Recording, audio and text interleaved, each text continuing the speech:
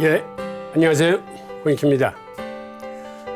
제가 오늘서부터 자본주의가 어떻게 탄생돼서 발전해 왔으며, 그리고 현대 금융자본주의의 문제는 뭔지, 그리고 앞으로는 어떻게 발전해 나갈 건지에 대해서 여러분들과 함께하는 시간을 하겠습니다. 오늘은 그 첫째 시간으로서 자본주의 탄생 과정을 보겠는데, 그 중에서도 특히 청호가 탄생시킨 자본주의 씨앗들이라는 제목으로 어떻게 자본주의가 탄생되었는지를 한번 살펴보죠. 우선 여러분들 1492년도에 무슨 일이 일어나는지 아십니까? 크게 중요한 세 가지가 그 해에 발생했는데요. 이거를 하나하나 살펴보면 여러분들이 콜럼버스의 신대륙 발견은 잘 아실 겁니다. 콜럼버스는 당시 포르투갈의 그 대항해 선단이 아프리카 남단에 돌아서 동양을 갔었는데, 콜럼버스가 생각하기에는 지구가 둥글대면은 그냥 대서양을 쭉 돌아서 가면 언젠간 인도에 도달하지 않겠느냐라고 그래서 기존의 선단들이 가던 길이 아닌 새로운 길로 가가지고 그는 인도에 도착합니다. 그런데 그 인도가 우리가 아는 인도가 아니고 서인도 제도에 도착하게 돼요. 그 다음에 이슬람 세력이 700년서부터 1492년까지 근 800년 동안 유럽을 압박하면서 군사적으로, 경제적으로, 문화적으로 모든 방면에서 월등했습니다. 그러다가 유럽 세력이 1492년에 그들을 유럽 대륙에서 완전히 몰아내요. 그러니까 서양사가 기독교 위주로 돼 있는데 그들의 의미에서 봤을 적에는 그 해가 굉장히 의미가 있는 거죠. 이슬람 세력의 그 압박과 포위에서 해방돼 가지고 온전히 그 기독교 세력을 유럽 대륙에 보존할 수 있었던 해고요. 그 다음에 마지막 하나는 유대인 추방령으로 인해서 경제사적으로 봤을 적에는 중세가 끝나고 근대가 시작됩니다. 즉 암흑의 중세 천년간의 시기를 종료시키고 그때서부터는 중상주의 꽃을 피워서 자본주의 씨앗들이 탄생되기 시작해요. 자, 근데 우리 얘기의 시작은 유대인 추방령부터 시작되는데, 당시 스페인 왕국이 유대인 추방을 하면서 그 몇 가지 제한을 걸었어요. 금과 은은 갖고 나가지 못한다. 화폐도 반출하지 못한다. 가져나가다 걸리면 사형이다. 그래서 유대인들은 온 재산을 짧은 시간 내에 팔아가지고 그들이 구할 수 있는 보석, 그 당시에는 보석의 가치가 그렇게 높지 않았습니다. 보석이라는 게 그냥 칼이나 이러한 장신구에 이렇게 붙이는 용도로 쓰였기 때문에 그게 경제적 가치가 높지 않았음에도 가지고 나갈 게 그것뿐이 없었기 때문에 보석을 한 움큼씩 가지고 강제 추방을 당하게 됩니다. 자, 여기 이 그림이 유대인이 1492년에 이베리아 반도에서 저 네덜란드 저지대 쪽으로 지금 옮겨가고 있는 그 그림을 나타냅니다. 그들이 맨 먼저 도착한 것은 자기들의 동족이 살고 있는 플랑드르 지방으로 올라갑니다. 플랑드르 지역은 그때나 지금이나 유럽에서 가장 잘 사는 지역이에요. 유럽에서는 사실은 두 군데가 그 개인당 소득이 가장 높은데 그 중에 하나가 플랑드르고 나머지 하나는 북부 이탈리아입니다. 플랑드르에는 그 당시 중요한 항구 도시가 두 개가 있었어요. 옛날엔 항구 도시가 교육의 중심이기 때문에 항구 도시 위주로 발전을 합니다. 하나가 부르헤라는 항구였고 또 하나는 엔트워프라는 항구입니다. 유대인들이 올라가서 처음에는 자기들이 갖고 온 거는 보석뿐이 없으니까 처음에는 보석 장사를 시작해요. 그래서 여러분도 아시겠지만 지금도 벨기에가 보석 수출이 굉장히 많은 나라입니다. 이때 그 유대인들에 의해서 보석 시장이 개발이 돼요. 그리고 스페인과 포르투갈에서는 신대륙에서 물건을 싣고 오거나 동방에서 물건을 싣고 온 배들이 도착해도 그거를 유통시킬 수 있는 유대장인들이 없어졌기 때문에 그 배들이 다시 부르에로 유대 상인들을 찾아옵니다.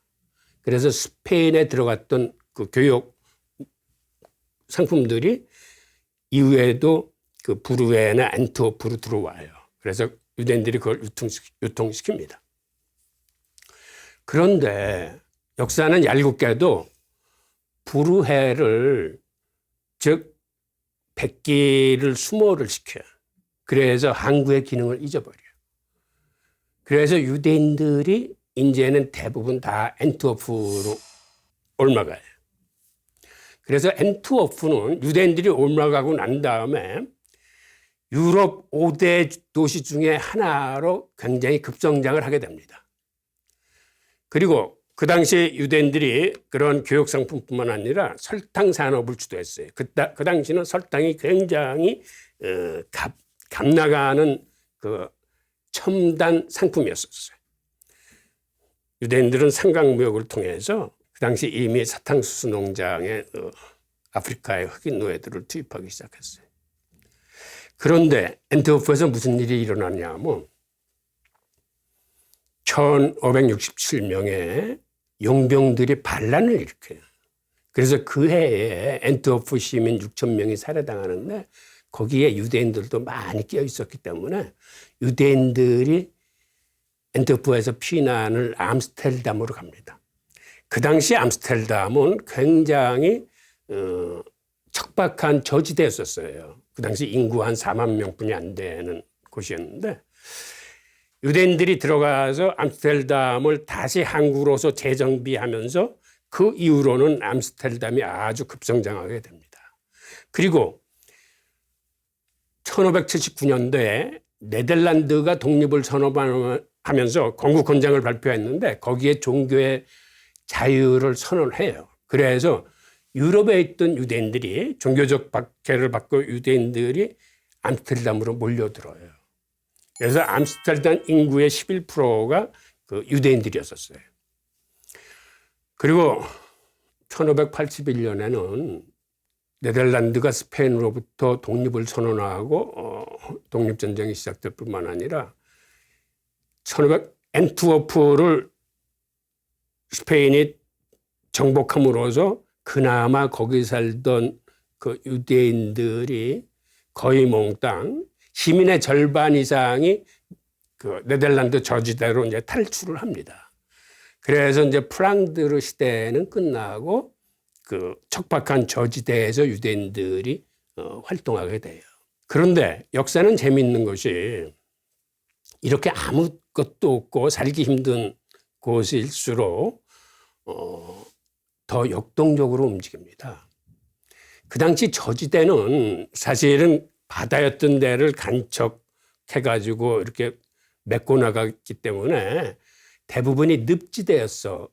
뿐만 아니라 소금기가 있는 땅이기 때문에 농사 짓기도 힘들었어요. 그래서 그쪽에 사는 사람들은 할 수 있는 게 바다에 나가서 고기 잡는 어업에 의존할 수뿐이 없었습니다.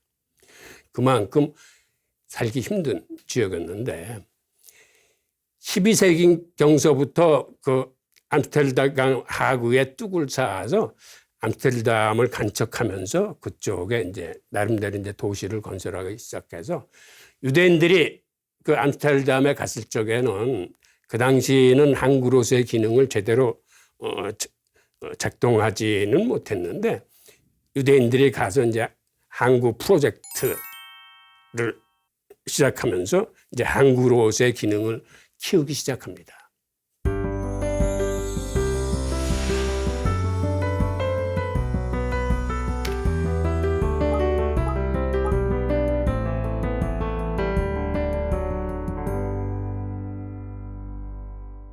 그런데 거기에 저지대에 유대인들이 도착하기 전에 무슨 일이 있었냐면 원래 청어라는 생선은 저쪽 발티케에서 즉 차가운 바다에서 잡히던 거였었는데 해류의 변화로 15세기경에 그 청어가 그 네덜란드 앞바다인 북해에 나타납니다. 그래서 그때서부터 네덜란드 사람들이 그 청어를 잡기 시작해요.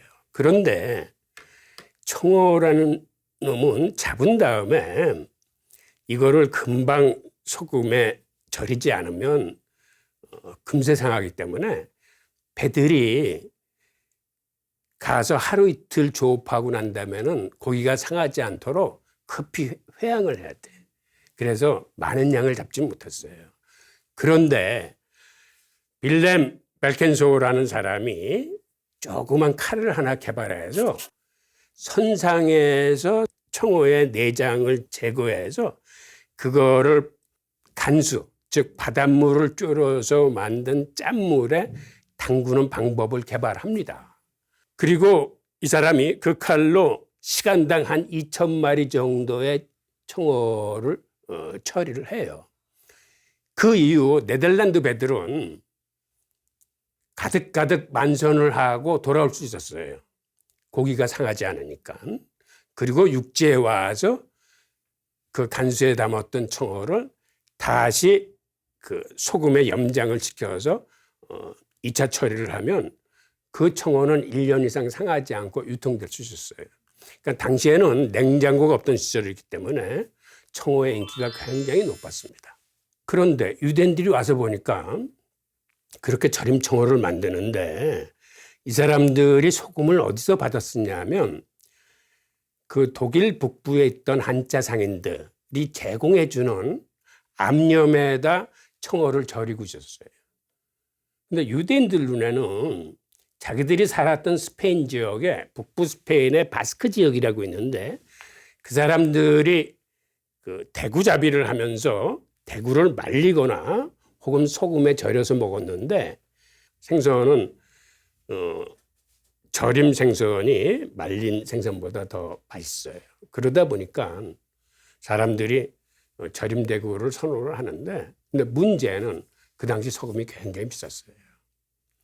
그래서 유대인들은 북부 한자상인들이 공급하는 암염보다는 훨씬 품질이 좋고 값이 싼 바스크의 천일염을 들여오기 시작했습니다. 그래서 그 천일염을 갖고 암염을 소금 시장에서 퇴출시켜버려요. 소금이 비싸봐야 얼만큼 비싸겠느냐 생각하지만 천일염을 만들 수 있는 곳은 세상에 그리 많지 않아요. 천일염을 만들 수 있는 곳이. 우선은 천일염을 만들려면 갯벌이 있어야 되는데 갯벌 자체가 굉장히 귀합니다. 갯벌 자체가. 세계에 큰 갯벌이 한 5개 정도 있는데 3개는 저 아메리카 대륙에 있어요. 그리고 나머지 2개가 유라시아 대륙에 있는데 하나는 저 북해 근처에 하나 있고 나머지 하나가 우리 한국의 서해 안의 갯벌이 그 가장 큰 갯벌에 속합니다. 그래서 우리는 갯벌이 있는 나라이기 때문에 소금을 쉽게 만들 수 있을 거라 생각하는데 사실은 그렇지 않습니다. 또 갯벌만 있어서 되는 게 아니고 강유량이나 일조량이나 바람이나 이런 기후 조건이 맞아야 천일염이 생산이 돼요. 그래서 대부분의 곳에서는 갯벌이 있어도 그냥 얼추 한 달 정도 그 바닷물을 졸여가지고 소금기가 많은 바닷물을 만든 다음에 최종적으로는 그것을 솥에다 집어넣고 땔감을 활용해서 소금을 만듭니다. 그러다 보니까는 천일염도 그렇게 값싸지 않았을 뿐만 아니라 특히 소금은 먼 거리를 이동할수록 통행세나 관세를 많이 내기 때문에 소금의 원가보다는 운송비가 4배 이상 더 들어요. 그리고 암염은 이거는 광산에서 광석을 캐내듯이 땅속 깊은 곳을 파내려가서 캐내야 되기 때문에 천일염보다도 훨씬 더 비싼 게 암염이에요. 그런 식으로 예전에는 소금이 굉장히 비쌌다는 거. 그 다음에 한자상인들이 소금 상권에서 유대인한테 밀린 거는 이런 소금 자체의 가격 경쟁력이나 품질 경쟁력의 차이도 있지만 그보다 더 큰 것은 이 사람들이 맨날 현찰 거래만 하다 보니까 유대인들이 당시에 썼던 어음이 적응을 못했어요.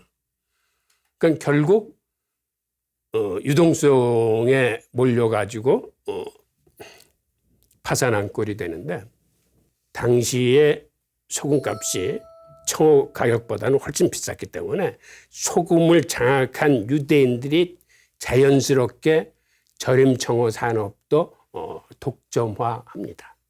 그리고 분업화와 표준화를 도입해가지고 그거를 빠른 시간 내에 그 생산량을 늘려가지고 유럽 전역에 공급하는 공급망을 만들죠.